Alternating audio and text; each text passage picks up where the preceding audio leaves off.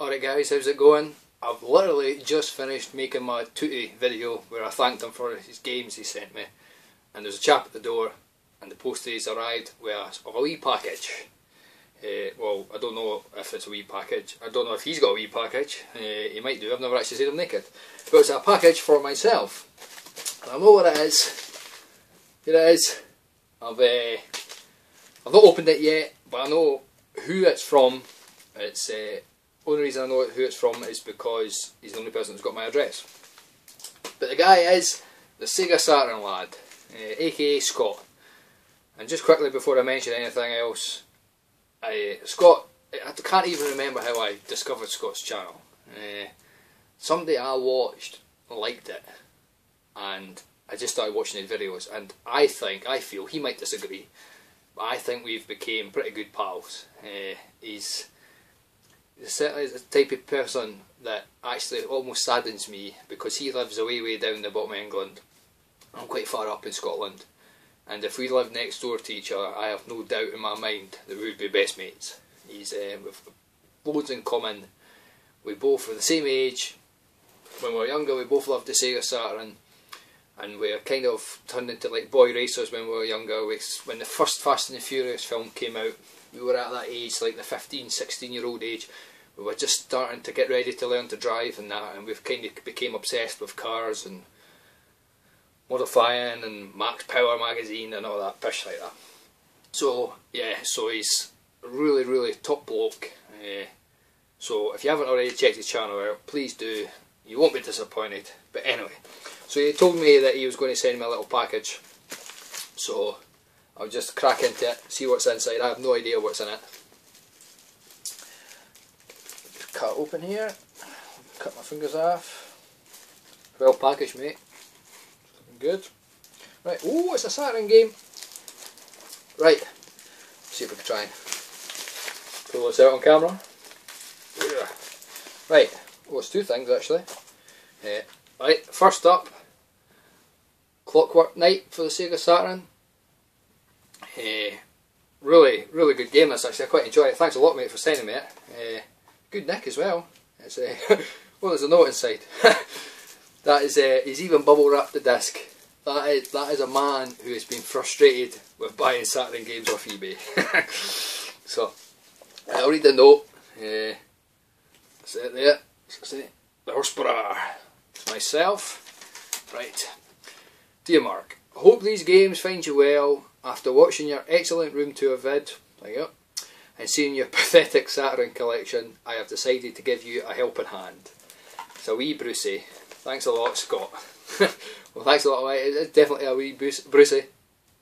The thing about the Saturn collection, mate, it's not the size, it's what you do with it.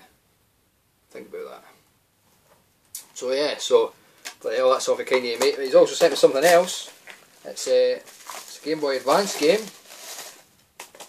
It's you just see it's Shrek Swamp Kart Racing Speedway. It sent the box, instructions, and the cart. It's pretty good. That I do enjoy a good old Game Boy Advance game. It actually just looks like a Mario Kart rip-off there. Does look pretty good, though. I look forward to playing that, mate. So thank you very much. They are two fantastic gifts. I could not be more thankful for them.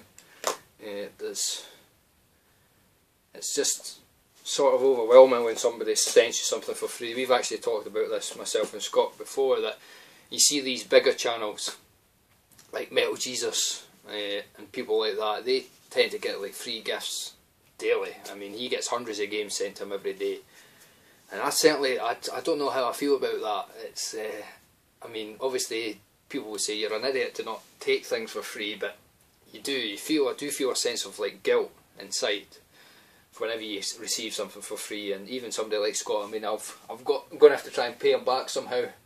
I'll maybe try and send one of my shitty PlayStation 2 games or something. Of course I won't, mate. I'll keep an eye open for any Dreamcast games. I do see a couple Dreamcast games actually in my cash generators, so if I find any, I'll give you a shout. But yeah, so really happy.